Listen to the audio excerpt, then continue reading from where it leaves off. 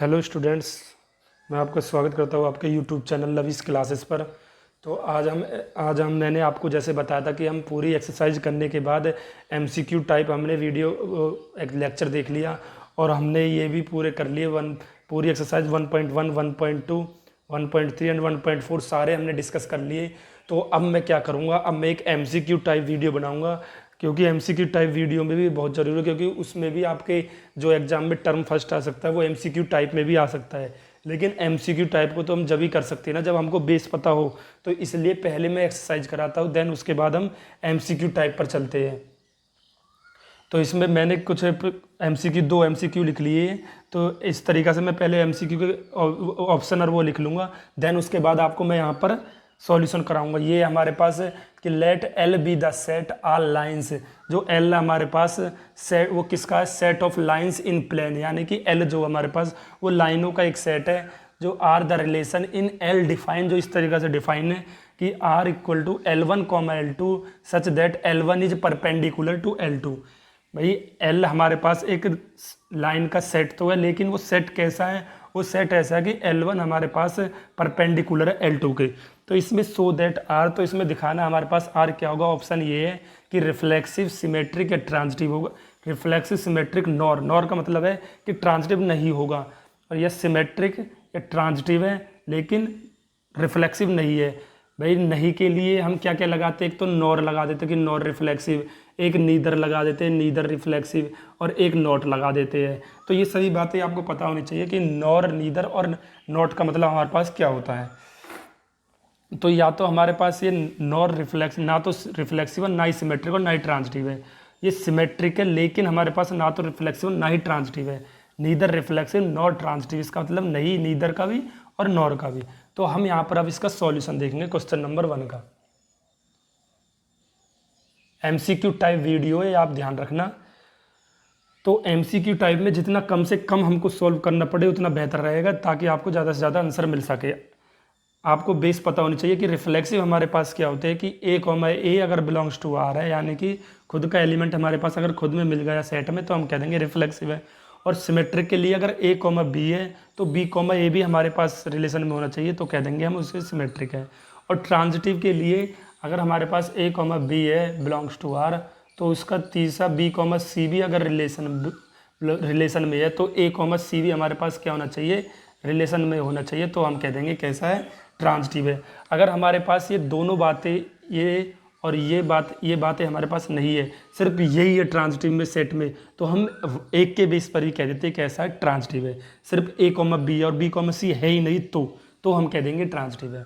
तो मैंने आपको बता दिया रिफ्लेक्सिव, सिमेट्रिक और ट्रांजिटिव के बारे में थोड़ा सा डिस्कस कर दिया, दैट्स इट। तो अब हम ये करेंगे, और कौन सा L1 हमारे पास क्या है? L1 L2 के परपेंडिकुलर है। तो सबसे पहले हम रिफ्लेक्सिव के लिए चेक करते हैं। तो रिफ्लेक्सिव के लिए अगर हम चेक करेंगे, मैं थोड़ा थोड़ा कम लिख देता हूँ। यहाँ पर मैंने जैसे लिख रखा है रिफ्लेक्सिव, ये सिमेट्रिक है, ट्रांजिटिव है। ये पूरा नहीं लिख रखा मैंने, आधा आधा लिख दिया। तो हमारे पास रिफ्लेक्सिव के लिए हम क्या करते हैं कि ए अगर बिलोंग्स टू आर है, या इसका मतलब यही है कि हमारे पास खुद का एलिमेंट खुद में होना चाहिए। तो यहाँ से हम देखेंगे अब L1 हमारे पास क्या है कि L1 के लिए, लाइन के लिए वो कि L1, L1 belongs to are. क्या ये बात ट्रू होगी? भाई इसका मतलब यही तो हुआ अकॉर्डिंग टू क्वेश्चन कि L1 हमारे पास क्या होगा? L1 परपेंडिकुलर, ये परपेंडिकुलर साइन है, L1 परपेंडिकुलर L1। क्या ऐसा हो सकता है कि खुद की लाइन खुद पर परपेंडिकुलर हो? नहीं हो सकता भाई। ये हमारे पास कोई लाइन है L1, क्या ये अगर मैं यहाँ पर भी इधर भी करता हूँ और इधर भी करता हूँ, तो क्या ये हमारे पास खुद की लाइन खुद के ऊपर परपेंडिकुलर हो सकती है? भाई लाइन तो हमारे पास यही रही ना, L1 लाइन हमारे पास ये रही ना, L1 लाइन है हमारे पास। क्या ये L1 लाइन खुद के ऊपर परपेंडिकुलर हो सकती है? नहीं हो सकती। तो हमारे पास ये रिफ्लेक्सिव तो है नहीं। तो अब हम सिमेट्रिक के लिए चेक करते हैं। अगर सिमेट्रिक के लिए चेक करें तो हमारे पास क्या होना चाहिए? अगर बी बिलोंग्स टू आर, तो ए भी हमारे पास उसका रिवर्स भी रिलेशन में होना चाहिए।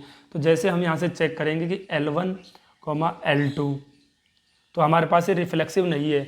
तो रिफ्लेक्सिव नहीं है कौन सा? ये वाला। तो ऑप्शन हमारे पास वैसे ही कट गया, क्योंकि इसमें रिफ्लेक्सिव है और औरों में नहीं है। Nor reflexive neither reflexive. तो एक ऑप्शन तो हमारे पास वैसे ही कट हो गया। सिमेट्रिक के लिए अगर हम चेक करें कि L1 comma L2 belongs to R, तो इसका मतलब हमारे पास होगा कि L1 परपेंडिकुलर होगा L2 के। भाई सही बात है भाई, L1 अगर हमारे पास एक कोई लाइन है L1, तो अगर ये दूसरी लाइन L2 इसके परपेंडिकुलर है, तो हमको साफ साफ दिख रहा है L1 परपेंडिकुलर L2 के।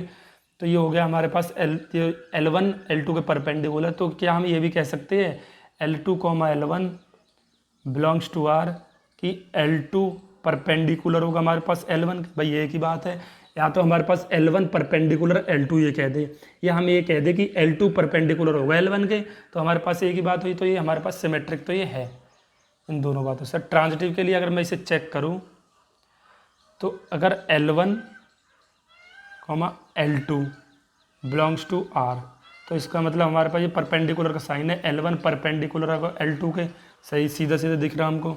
अगर L2 कॉमा L3 हमारे पास आ जाए, A कॉमा B हो गया, B कॉमा C आ गया, तो बिलोंग्स टू R, तो इसका मतलब हमारे पास L2 परपेंडिकुलर होगा L3 के। क्या ये बात सही है? तो हम इसको चेक करते हैं। भाई यहाँ से हमारे पास एक L1 लाइन है, इसके ऊपर एक परपेंडिकुलर लाइन है L2, L1 परपेंडिकुलर L2 के हो गया। तीसरी उसने बोला कि L2 जो हमारे पास लाइन है वो परपेंडिकुलर होगी L3 के, तो यहाँ से हमारे पास एक L3 लाइन हो गई।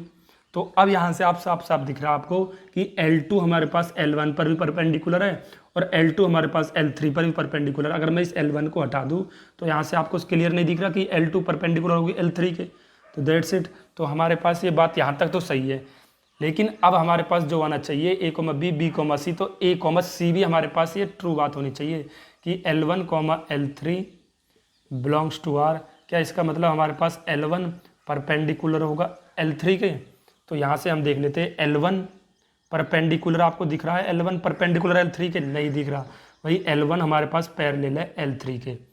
तो ये हमारे पास लाइन क्या है, दोनों L1 L3 पैरेलल है, लेकिन इसने बोला परपेंडिकुलर है, तो इसलिए हमारे पास ये बात सही नहीं होगी। तो ये हमारे पास रिलेशन में नहीं होगा। तो ये हमारे पास रिलेशन में नहीं होगा, तो L1 L3 के परपेंडिकुलर नहीं हुआ। तो हमारे पास ये क्या हुआ, रिफ्लेक्सिव नहीं है, सिमेट्रिक है और ट्रांजिटिव नहीं है। तो ऑप्शन में देख लो आप कौन सा है हमारे पास, इसमें रिफ्लेक्सिव नहीं है और ट्रांजिटिव नहीं है जिसमें। तो ये तो सिमेट्रिक है, ट्रांजिटिव है, ट्रांजिटिव भी नहीं है इसमें। तो हमने देखा सिमेट्रिक है बट हमारे पास नीदर रिफ्लेक्सिव, हमारे पास रिफ्लेक्सिव भी नहीं है, और फिर हमने चेक किया ट्रांजिटिव भी नहीं है, नॉट ट्रांजिटिव। तो हमारे पास ऑप्शन डी हो जाएगा इसका। तो ऑप्शन कौन सा हो जाएगा इसका? डी। ऑप्शन डी हो जाएगा हमारे पास, सिमेट्रिक है, ना तो रिफ्लेक्सिव और ना ही ट्रांजिटिव है। तो ये हमारे पास क्वेश्चन नंबर 1 हो जाएगा। क्वेश्चन नंबर 2 अब हम करेंगे। तो इस तरीक़ा से हम इन ऑप्शनों को आसानी से लगा लेंगे।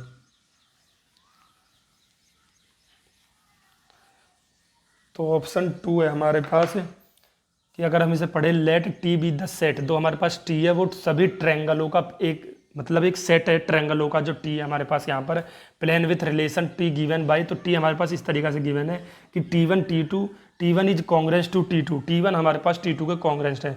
तो इसमें शो दिखाना हमें कि R हमारे पास रिफ्लेक्सिव बट ना तो सिमेट्रिक और ना ही ट्रांजिटिव है।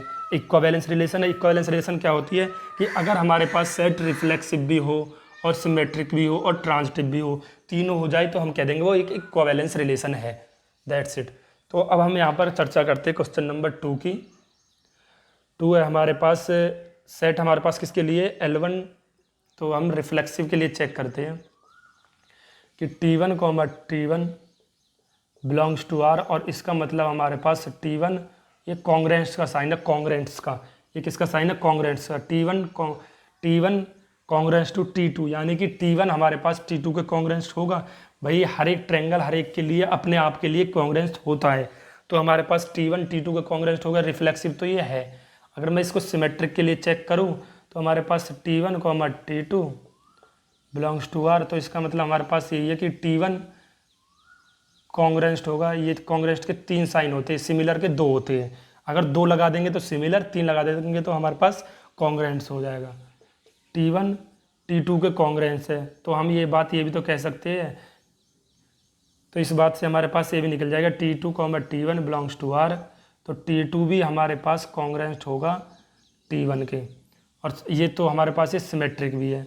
अगर मैं इसको ट्रांजिटिव के लिए शो करूँ तो हमारे पास क्या होना चाहिए, T1, T2 belongs to R। तो ये इसका मतलब यही है, T1 कॉन्ग्रेंस्ट होगा T2 के।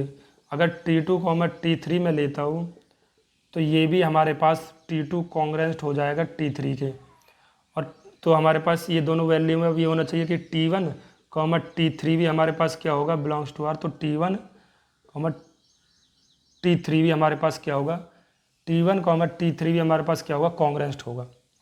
भाई हमारे पास एक ट्रेंगल है, वो ट्रेंगल के लिए क्या होता है कि T1, T2 अगर हमारे पास T1 T2 के कॉन्ग्रेंस्ट है तो T2 T3 के कॉन्ग्रेंस्ट होगा।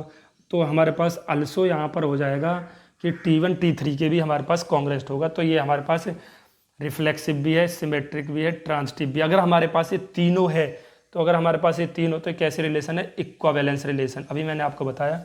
तो इसमें आप देख लो कि हमारे पास इक्विवेलेंस रिलेशन है, तो बच्चे क्या करेंगे, ऑप्शन बी सारे दैट से टिक मार देंगे। लेकिन आपको पहले पूरे ऑप्शन पढ़ तो लो एक बार। इसमें दिया हमारे पास reflexive, symmetric and transitive.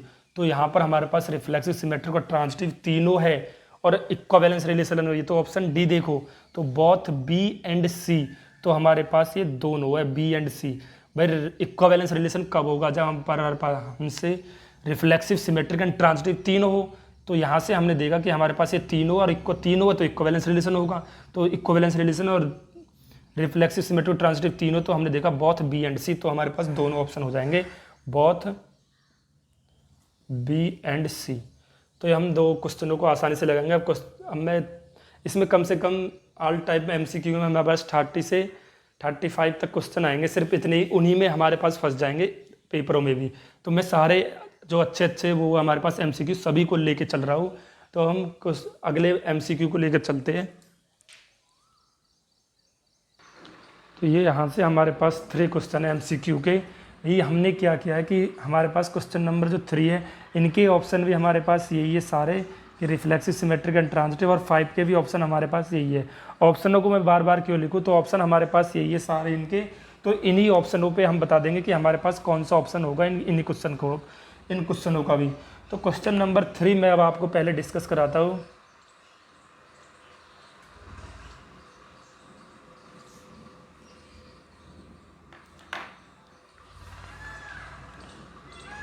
Three में क्या हमारे पास कि relation R in the set, जो सेट हमारे पास रिलेशन है वो सेट नेचुरल नंबर का of the natural number define as, इस तरीका से हमारे पास डिफाइन है कि y equal to x plus 5, y equal to x plus 5, और x हम जो लेंगे वो लेस देन 4 से लेंगे। यानी कि हमारे पास जो डिफाइन है x और y वो किसके लिए, वो एक नेचुरल नंबर के लिए डिफाइन है, x और y set of n natural number. तो हमारे पास ये है कि y equal to x plus 5 और x हमारे पास जो है वो लेस देन 4 है। तो x की वैल्यू जो हम लेंगे नेचुरल नंबर वो 4 से स्मॉलर ही लेंगे। तो हमने देखा यहाँ से कि x की वैल्यू में सभी पहले, ये हमारी कौन सी फॉर्म है, ये हमारे पास रोस्टर फॉर्म है और इसे हम सेट बिल्डर फॉर्म में बना लेते हैं। तो इस तरीक़ा से हम इसको बना लेंगे। अब तो हम यहाँ पर क्या रखेंगे कि y इक्वल टू ये है, भाई हमारे पास है, हमने x की वैल्यू 1 रखी। भाई जीरो, नेचुरल नंबर में जीरो तो हमारे पास आ नहीं सकता, तो 1 2 3 4 में रखूँगा नहीं, क्योंकि 4 से छोटी उसने बोली है। तो मैं 1 रख के देखता हूँ x की वैल्यू। अगर x की वैल्यू में 1 देखता हूँ तो y की वैल्यू मुझे क्या मिल जाएगी, 6, 5 प्लस 6। और x की वैल्यू अगर मैं 2 लिखता हूँ तो y की वैल्यू मुझे 7 मिल जाएगी। और x की वैल्यू अगर मैं 3 लिखता हूँ तो y की वैल्यू मुझे क्या मिल जाएगी, 8 मिल जाएगी। 5 प्लस 3 8 मिल जाएगी। और x की वैल्यू अगर मैं 4 रखता, 4 में नहीं रख सकता, अकॉर्डिंग टू क्वेश्चन उसने बोला है कि x की वैल्यू हमको 4 से लेस देन लेनी है। तो 4 से लेस देन तो 3 तक ही हो जाएगी। तो हमारे पास जो ये बना, अब हमारे पास इस तरीक़ा से बनेगा कि 1,6 x और y, और एक बनेगा 2,7, और एक बन जाएगा हमारे पास 3,8। अब इसमें बताना हमें रिफ्लेक्सिव, सिमेट्रिक और ट्रांजिटिव। तो इसमें तो हम अब आसानी से बता देंगे। रिफ्लेक्सिव के लिए हमारे पास क्या होना चाहिए कि 1,1 होना चाहिए, 2,2 होना चाहिए और 3,3 होना चाहिए। क्या इसमें ऐसा कुछ है? भाई ऐसा तो इसमें कहीं भी नहीं है कि एक हमारे पास नंबर दूसरा कोई रिपीट ही नहीं हो रहा यहाँ पर, तो हमारे पास ये रिफ्लेक्सिव नहीं होगा। और सिमेट्रिक के लिए अगर मैं इसे चेक करूँ तो अगर 1,6 है तो 6,1 भी होना चाहिए। तो 6,1 नहीं है तो हमारे पास ये सिमेट्रिक भी नहीं है। नहीं के लिए सिर्फ एक एग्जाम्पल काफ़ी है, अगर है तो सारे देखने पड़ेंगे हमारे को। तो ट्रांजिटिव के लिए अगर मैं इसे चेक करता हूँ तो ट्रांजिटिव के लिए हमारे पास, चलो इसी से ले लेता हूँ कि 2,7, तो 7,2 हमारे पास यहाँ पर है कहीं नहीं है। तो अब मैं देखता हूँ इसमें कि हमारे पास अगर 1,6 है, तो ये आप यहाँ से इसको चेक करो कि हमारे पास ये 1,6 से 6,1 नहीं है, तो सिमेट्रिक नहीं है। ट्रांजिटिव के लिए मैंने आपको बताया अगर हमारे पास A, B है और B, C हमारे पास सेट में है ही नहीं, तो हम एक के बेस पर ही कह देंगे हमारे पास वो ट्रांजिटिव है। जैसे हमने यहाँ पर देखा 1,6 है तो 6, कुछ है यहाँ पर नहीं है। अगर 2,7 है तो 7, कुछ है यहाँ पर नहीं है। 3,8 है तो 8,3 है यहाँ पर, 8, कुछ है यहाँ पर है नहीं है। तो हमने देखा कि हमारे पास तीनों में सिर्फ एक ही बन रहा है। कि मैंने आपको ट्रांजिटिव के लिए बताया कि अगर A, B हमारे पास रिलेशन में है और B, C अगर हमारे पास रिलेशन में है ही नहीं, तो हम अगर यही है सिर्फ, तो इसके बेस पर हम कह देंगे कि हमारे पास ये ट्रांजिटिव है। तो यह हमारे पास ट्रांजिटिव होगा। क्यों होगा? क्योंकि हमारे पास इसमें सिर्फ 1,6 और 6, कुछ है ही नहीं। 2,7 और 7, फिर कुछ है ही नहीं, तो इसलिए हमारे पास ये ट्रांजिटिव है। तो ऑप्शन देख लो हमारे पास कौन सा, कि रिफ्लेक्सिव नहीं है, सिमेट्रिक नहीं है। तो हमने देखा हमारे पास नीदर रिफ्लेक्सिव नहीं है, नॉर सिमेट्रिक भी नहीं है, बट ट्रांजिटिव। लेकिन हमारे पास ये ट्रांजिटिव है, तो ऑप्शन इसका कौन सा हो जाएगा? ऑप्शन हो जाएगा इसका बी। तो बी ऑप्शन हमारे पास इसका हो जाएगा। 4 क्वेश्चन अगर मैं करूँ यहाँ से, तो क्वेश्चन नंबर 4 को अगर डिस्कस करें हम, तो क्वेश्चन नंबर 4 में कि सेट आर हमारे पास एक रियल नंबर का सेट है, आर इक्वल टू इस तरीके से डिफाइन है, as less than equal to b square. ये इंपॉर्टेंट सवाल है क्योंकि एक सवाल हमारे पास इसी टाइप का as less than equal to b cube का हो जाएगा। सेम टू सेम इसी टाइप से करना है आपको। तो इसको अगर मैं चेक करूँ कि रिफ्लेक्सिव के लिए, तो अगर हमारे पास is less than equal to B है और आर, तो हमें जो लेने ए, बी वो क्या, आर हमारे पास रियल नंबर है। रियल नंबर के लिए डिफाइन, तो रियल नंबर हम कुछ भी ले सकते हैं। अगर नहीं है तो नहीं के लिए सिर्फ एक एग्जाम्पल दे दो। तो क्या एक कंडीशन हर बार ट्रू होगी, as less than equal to b square? भैया अगर मैं 1/2 ले लेता हूँ, 1/2, 1/2 बिलोंग्स टू आर, तो इसका मतलब हमारे पास ये होगा कि 1/2 is less than equal to 1/4, क्योंकि 1/2 का स्क्वायर करूँगा तो 1/4 हो जाएगा, जो कि ये बात हमारे पास ट्रू नहीं है। तो हमारे पास ये रिफ्लेक्सिव नहीं होगा। तो रिफ्लेक्सिव क्यों नहीं हुआ? क्योंकि ये बात ट्रू नहीं हुई। अगर मैं सिमेट्रिक के लिए इसे चेक करता हूँ, तो मैं कोई भी एग्जांपल ले लेता हूँ कि 2,5 बिलोंग्स टू आर, या ले लेता हूँ 5,2। भाई ये ले लेता हूँ कि 5,2 बिलोंग्स टू आर, तो हमारे पास इसका मतलब ये है कि 5 is less than equal to 2 का स्क्वायर। भाई 2 का स्क्वायर कितना हो जाएगा? अकॉर्डिंग टू क्वेश्चन क्या हो जाएगा? 4 हो जाएगा, और 4 हमारे पास 5 से छोटा है। सही बात है। अगर मैं इसका उल्टा भी करूँ कि 2,5 भाई A, B है, तो B, C होना चाहिए सिमेट्रिक में, बिलोंग्स टू आर। क्या ये बात हमारे पास ट्रू है? 2 is less than equal to 5 का स्क्वायर। ये कहाँ से ट्रू दिख रही है आपको? तो हमारे भाई 2 हमारे पास छोटा थोड़ी हो, 2 हमारे पास 25, तो 5 हमारे पास जो ये है भाई, 5 हमारे पास लेस देन इक्वल टू 4 के नहीं, 5 तो हमारे पास ग्रेटर देन है। तो यहाँ से हमने रिवर्स ले ली, तो 2,5 ले लो आप यहाँ से, क्योंकि ये कंडीशन आपको सही नहीं बैठ रही। तो इसमें तो हमारे पास हो जाएगा, होने के लिए नहीं देखना। अगर हमारे पास ऐसी कोई कंडीशन है, तो यहाँ से हम सिमेट्रिक के लिए अगर ये ले लेते हैं कि 2,5 इज बिलोंग्स टू आर, तो इसका मतलब हमारे पास ये हुआ कि 2 हमारे पास लेस देन होगा 5 के स्क्वायर के। भाई बिल्कुल होगा, 2 तो हमारे पास छोटा होगा 5 के स्क्वायर से। क्या हमारे पास ये बात भी ट्रू हो रही है कि 5,2 बिलोंग्स टू आर, कि हमारे पास 5 is less than equal to 2 का स्क्वायर? नहीं, ये बात हमारे पास ट्रू नहीं है। भाई 5 तो हमारे पास क्या होगा? 4 से क्या होगा? 4 से तो ग्रेटर देन होगा। लेकिन वहाँ पर हमारे पास अकॉर्डिंग टू क्वेश्चन क्या हो रहा है कि लेस देन इक्वल टू ये होना चाहिए, लेकिन ये बात हमारे पास ट्रू नहीं हुई। तो हमारे पास ये सिमेट्रिक भी नहीं होगा। सिमेट्रिक क्यों नहीं होगा? क्योंकि 5 does not is less than equal to 2 का स्क्वायर। तो अब हम ट्रांजिटिव के लिए अगर शो करें, तो इसमें हमें जो देखना है वो ट्रांजिटिव के ऊपर ज़्यादा बातें करनी है। कि हमारे पास हमने कोई भी 2 नंबर ले लिए कि 4,3 अगर बिलोंग्स टू आर है, तो इसका मतलब हमारे पास 4 is less than equal to 3 का स्क्वायर। सही है हमारे पास, तो ये हो जाएगा। तो अब हमें तीसरा नंबर जो लिखना है, तीसरा नंबर हमें कैसे लिखना है कि इसके उसका, तो हमारे पास तीसरा नंबर जो लिखना है वो स्क्वायर होना चाहिए।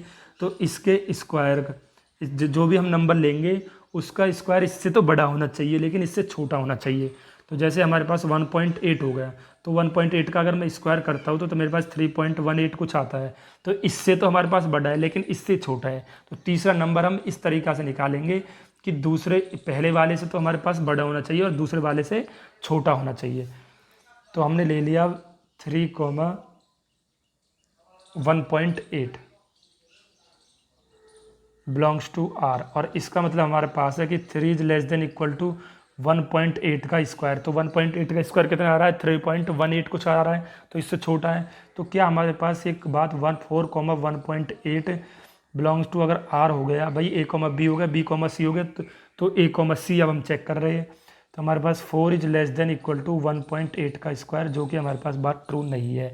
1.8 का स्क्वायर हमारे पास कितना आ रहा है, 3.18 कुछ आ रहा है, लेकिन ये 4 है, तो 4 तो हमारे पास ग्रेटर देन रखा ना इससे, तो वो लेस देन थोड़ी होगा। तो हमारे पास ये ना तो रिफ्लेक्सिव है, ना ही सिमेट्रिक है, और ना ही हमारे पास ये ट्रांजिटिव है। तो ऑप्शन देख लो, हमारे पास neither reflexive nor symmetric and not transitive, तो ऑप्शन हमारे पास ए ऑप्शन हो जाएगा। इसका ऑप्शन हमारे पास यही है इन सभी के, तो ये हमारे पास ए ऑप्शन हो जाएगा, ना तो रिफ्लेक्सिव, ना ही सिमेट्रिक और ना ही ट्रांजिटिव है। ऑप्शन सबके आपको अलग अलग मिलेंगे, बस मैंने आपको ऑप्शन सारे एक में ही करा दिए, दैट्स इट। तो मैं क्वेश्चन नंबर 4 को देखता हूँ, क्वेश्चन नंबर 5 को हम डिस्कस करते हैं।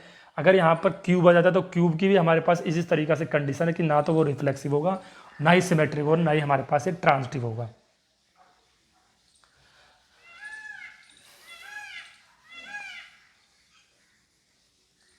तो अब हम करते हैं क्वेश्चन नंबर 5।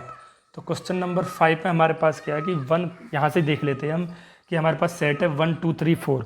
तो रिफ्लेक्सिव के लिए हमारे पास 1,1 भी होना चाहिए, 2,2 भी, 3,3 भी, 4,4 भी, ये चारों होने चाहिए। पहले चेक कर लेते हैं, 1,1 है, 2,2 है, 3,3 है, 4,4 है, तो हमारे पास ये रिफ्लेक्सिव है।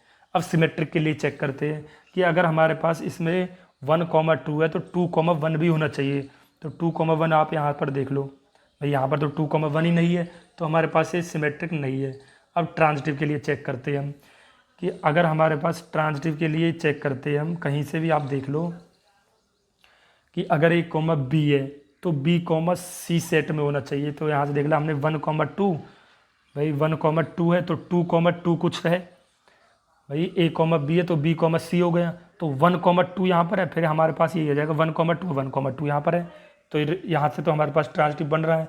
तो अगर भाई सभी रिफ्लेक्सिव अगर हमारे पास 1,1 है तो वो सभी हमारे पास ट्रांजिटिव तो है। क्यों है, क्योंकि 1,1 का मैं रिवर्स करूँगा तो मेरे पास वही आएगा, तो इन्हें तो चेक करने का भी कोई फ़ायदा नहीं है हमारे पास। तो 4,4 ये भी हमारे पास ट्रांजिटिव है। अगर 1,3 है तो 3,1 भी होना, 3, बी है तो बी, सी भी होना चाहिए। तो 1,3 है तो 3,3 होगा, तो 1,3 भी हमारे पास है, तो ये ट्रांजिटिव भी ये है, सॉरी हाँ ट्रांजिटिव भी हमारे पास ये है। क्योंकि हमारे पास अगर 1,2 में लेता हूँ तो 2, ए कॉमा बी, बी कॉमा सी हो गया, तो 1,2 भी हमारे पास इसमें है। भैया आपने देखा 1,2, तो हमारे पास 2, कुछ होना चाहिए, वो सेट में ये है, तो ए कॉमा बी हो गया, बी कॉमा सी हो गया, तो 1,2 हमारे पास सेट में है ही, तो हमारे पास ये ट्रांजिटिव भी है। तो इसमें आप चेक कर लो कि रिफ्लेक्सिव है, सिमेट्रिक नहीं है, तो रिफ्लेक्सिव है भाई, हमारे पास रिफ्लेक्सिव है और ट्रांजिटिव है बट नॉट सिमेट्रिक, तो ऑप्शन सी हो जाएगा इसका, कि हमारे पास रिफ्लेक्सिव है, ट्रांजिटिव है बट नॉट सिमेट्रिक, तो ऑप्शन सी हो जाएगा हमारे पास। तो इस तरीक़े से हम इसको आसानी से कर लेंगे। अगर हमारे पास इसमें ऑप्शन ई भी होता है इक्विवेलेंस रिलेशन, तो इक्विवेलेंस रिलेशन के लिए हमारे पास इसमें कोई भी ऐसा ऑप्शन नहीं है कि जिसमें हमारे पास रिलेशन रिफ्लेक्सिव, सिमेट्रिक और ट्रांजिटिव तीन हो जाए। तो इस तरीक़ा से हम इसको आसानी से कर लेंगे।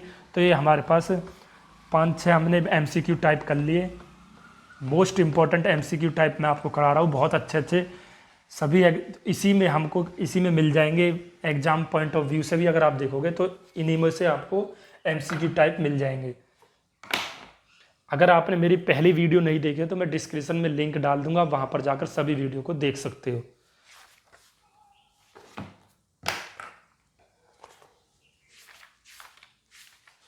पहले मैं क्वेश्चन लिख लेता हूँ, देन उसके बाद आपको समझाऊंगा।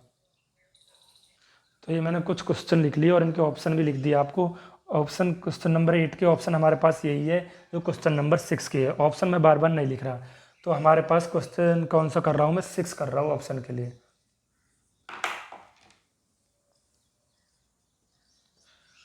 तो 6 हमारे पास क्या बोला कि so that the function f of n to n given by function n to n. तो इसमें हमारे पास 1 1 and onto 1 1 and onto सारे में यही है। तो सबसे पहले हम 1 1 एंड ऑन टू के ऊपर थोड़ी सी बातें कर लेते हैं। तो 1 1 हमारे पास फंक्शन क्या होते हैं कि अगर ये हमारे पास, ये आपको बता था थोड़ा सा मैं, ये डोमेन होता है और ये कोडोमेन होता है कि अगर हमारे पास इस डोमेन से हर एक एलिमेंट की एक यूनिक इमेज बन रही हो तो हम कह देंगे फंक्शन कैसा है, 1 1 है। और ऑन टू का मतलब ये होता है कि कोडोमेन में कोई भी एलिमेंट छूटना नहीं चाहिए। अगर कोई भी एलिमेंट कोडोमेन में छूट गया तो हमारे पास वो ऑन टू फंक्शन नहीं होगा। अगर कोई भी एलिमेंट नहीं छूट रहा तो हमारे पास वो फंक्शन ऑन टू हो जाएगा। तो अगर आपने मेरा पिछला वो वीडियो नहीं देखे तो डिस्क्रिप्शन में आप देख सकते हो, पूरा डिटेल में मैंने आपको समझाया है। यहाँ पर मैं आपको सिर्फ MCQ टाइप करा रहा हूँ और थोड़ा थोड़ा बता का भी चल रहा हूँ। तो हमारे पास फंक्शन है एन टू एन के लिए डिफाइन है कि एफ ऑफ एक्स फंक्शन है हमारे पास इक्वल टू 2x, ये फंक्शन है। तो आप ऑप्शन, अगर इस तरीक़ा से ऑप्शन आए आपको, तो हम fx1 इक्वल टू fx2 करने की बजाय हम सीधा सीधा इस तरीक़ा से एक फंक्शन बना लेते हैं और दो सेट बना लेते हैं x और y, और यहाँ से चेक कर लेंगे इसमें क्या फंक्शन लग रहा है 2x, और ये हमारे पास डोमिन है और ये कोडोमिन है। किसके लिए? Natural number two natural number के लिए हमारे पास। तो नेचुरल नंबर हमारे पास क्या होते हैं 1 2 3 4, तो इस तरीक़ा से हमारे पास नेचुरल नंबर होते हैं। तो इन्हीं से हमको एडजस्ट कर लेंगे कि 1 2 4 तक ही कि हमारे पास ये फंक्शन कैसा होगा। अगर मैं फंक्शन में 1 रखता हूँ तो मेरे पास क्या आएगा 2 पर इमेज बनेगी, और 2 रखता हूँ तो 4 पर इमेज बन रही है, 3 रखता हूँ तो मेरे पास कहाँ पर इमेज बन रही है 3 2 6 पर इमेज बन रही है, और 4 पर रखता हूँ तो मेरे पास इमेज कहाँ पर बन रही है 8 पर बन रही है। तो मैंने एक चीज़ देखी कि जो भी एलिमेंट मैं यहाँ पर डोमेन में ले रहा हूँ उसकी हर एक एलिमेंट की एक यूनिक इमेज बन रही है, हर एक एलिमेंट किसी ना किसी से जुड़ रहा है। तो हमारे पास ये हमने देख लिया, हमारे पास ये 1 1 फंक्शन तो है, 1 1 फंक्शन तो। अगर हमारे पास ये हो जाता कि 4 हमारे पास 8 से जुड़ रहा है और 4 से भी जुड़ जाता तो हमारे पास ये फंक्शन 1 1 नहीं होता। हर एक एलिमेंट की एक ही यूनिक इमेज बननी चाहिए, यानी कि 4 से 4 एक ही इमेज निकलनी चाहिए, 4 से 8 तक जैसे। तो हमारे पास ये 1 1 तो फंक्शन हो गया। अब हम चेक करते हैं ऑन टू। ऑन टू के लिए हम बात करेंगे कोडोमिन में। क्या कोडोमिन में ऐसे कोई नेचुरल नंबर छूट रहे हैं जो जिनकी कोई प्री इमेज ना बन रही हो? ये तो इमेज हो गई, इनकी प्री इमेज ना बन रही हो। 2 की प्री इमेज क्या हमारे पास 1, 4 की प्री इमेज क्या हमारे पास 2। तो भाई यहाँ पर हमारे पास 1 छूट गया, 2 3 भी छूट गया। तो हमारे पास कौन से नंबर छूट रहे हैं? यहाँ पर ऑड नंबर छूट रहे हैं। तो हमारे पास अगर 1 ले लेता हूँ मैं, 3 ले लेता हूँ, तो यहाँ पर क्या कोई ऐसा नंबर आ सकता है जिसकी इमेज हमारे पास 1 हो? नहीं आ सकता। क्यों नहीं आ सकता? फंक्शन हमारे पास 2x रखा है, यानी कि जो भी मैं यहाँ पर रखूँगा उसका क्या हो जाएगा हमारे पास दुगना हो जाएगा। 1 रखा तो 2 की इमेज बन गई। तो यहाँ पर तो बहुत सारे एलिमेंट ऐसे छूट जाएंगे। तो ऑन टू के लिए यहाँ पर कोई एलिमेंट छूटना नहीं चाहिए था, तो हमारे पास ये फंक्शन क्या हुआ ऑन टू नहीं होगा। तो इसमें देख लो कौन सा ऑप्शन है 1 1 है लेकिन ऑन टू नहीं है। तो हमने देखा हमारे पास 1 1 है भाई ऑन टू, तो हमने देखा हमारे पास ऑन टू बट नॉट 1 1। तो यहाँ से हम देखा 1 1 है बट नॉट ऑन टू, 1 1 है बट नॉट ऑन टू। तो हमारे पास ऑप्शन सी हो जाएगा इसका, 1 1 है लेकिन ऑन टू नहीं है। तो ये हमने कर लिया क्वेश्चन नंबर 6। और 7 को अगर मैं आपको कराता हूँ कि f x equal to x square है, किसके लिए डिफाइन है? रियल नंबर के लिए। यहाँ से आपको समझाता हूँ भाई कि हमारे पास फंक्शन क्या है, फंक्शन रखा हमारे पास एक्स स्क्वायर, और ये हमारे पास किसके लिए डिफाइन? इस बार नेचुरल नंबर के लिए डिफाइन, ये डोमिन ये कोडोमिन। तो रियल नंबर के लिए हम सारी कैटेगरी लिख लेंगे और उनसे चेक कर लेंगे, दैट्स इट। तो हमारे पास 1 आ गया, नेचुरल नंबर आ गए, -1 आ गया, इंटीजर आ गया रियल नंबर में, 0 आ गया, वॉल नंबर आ गए, और 1/2 रेशनल नंबर आ गए, और √2 रेशनल नंबर आ गए। ये सारी कैटेगरी लिख ली मैंने रियल नंबर की। तो इन्हीं से हमको चेक हो जाए कि कौन सा 1 1 और कौन सा ऑन टू है। तो हमने फंक्शन में 1 रखा भाई, फंक्शन में हमने 1 रखा तो हमारे पास 1 का स्क्वायर 1, और -1 रखा तो -1 का स्क्वायर भी मेरे पास क्या होगा 1 होगा, और 0 का 0 पर इमेज बनेगी, और हमारे पास 1/2 की इमेज 1/4 पर बनेगी, और √2 की इमेज हमारे पास कहाँ पर बनेगी 2 पर बनेगी। तो हमने यहाँ से चेक किया कि 1 1 के लिए हमारे पास क्या होना चाहिए। हम डोमेन को चेक करते हैं कि डोमेन से हमने देखा कि हर एक एलिमेंट से एक यूनिक इमेज हमारे पास नहीं बन रही, क्योंकि 1 और -1 की हमारे पास कहाँ पर बन रही है इमेज, 1 पर बन रही है, यानी कि 2 एलिमेंटों की एक इमेज बन रही है। तो हमारे पास ये फंक्शन 1 1 नहीं रहा। हर एक एलिमेंट की एक ही इमेज बनती तो हम कह देते हैं हमारे पास फंक्शन 1 1 है, जैसे हमने इसमें कहा। तो हाँ, यहाँ से हमारे पास 1 की और -1 की इमेज कहाँ पर बन रही है 1 पर बन रही है, यानी कि 2 एलिमेंटों की इमेज 1 पर बन रही है। तो हमारे पास 1 1 तो ये नहीं रहा। तो अगर मैं ऑन टू के लिए चेक करूँ तो ऑन टू के लिए मैं कोडोमेन में देखता हूँ। तो कोडोमेन में क्या कोई ऐसा एलिमेंट बच रहा है जिसकी हमारे पास प्री इमेज ना हो? तो हम चेक करते हैं, 1 आ गया, 2 आ गया। तो अगर मैं यहाँ पर 3 लेता हूँ तो √3 का स्क्वायर मेरे पास क्या आ जाएगा? 3 आ जाएगा। ठीक है जी।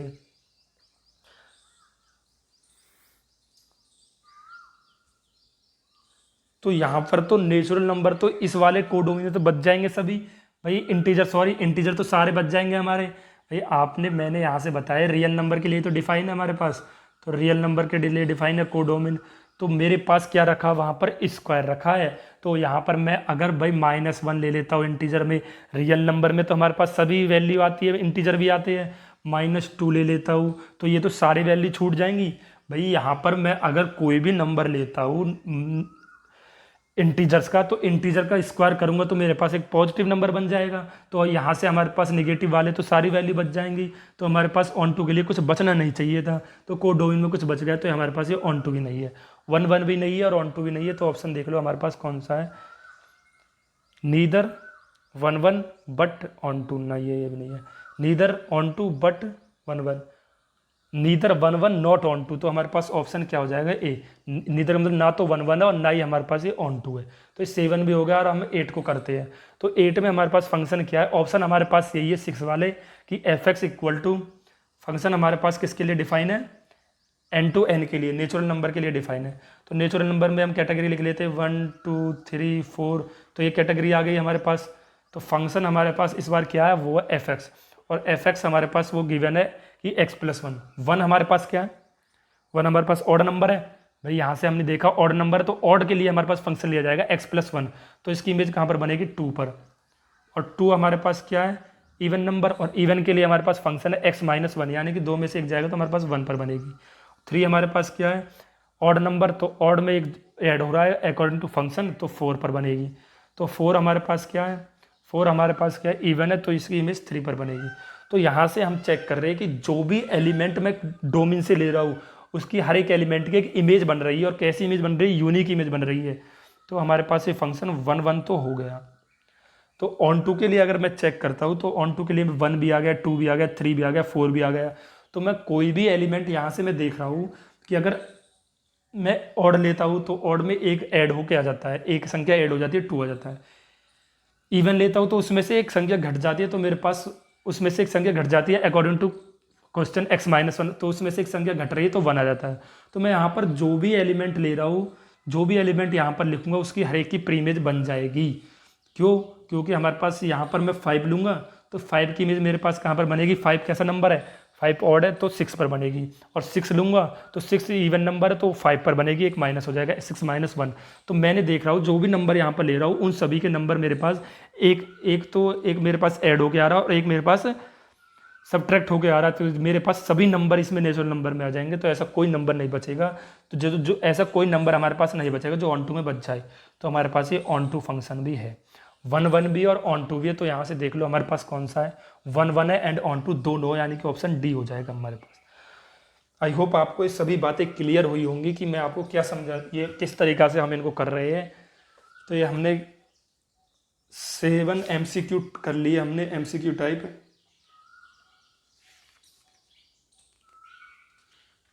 तो इस वीडियो को, इस लेक्चर को हम यहाँ तक ही रखते हैं। अगले लेक्चर में हम फिर से MCQ पर आएंगे, क्योंकि फिर वीडियो काफ़ी बड़ी बन जाती है। अगर आपको ये वीडियो पसंद आई हो तो चैनल को सब्सक्राइब करें, अपने दोस्तों के साथ शेयर करें। Thank you for watching.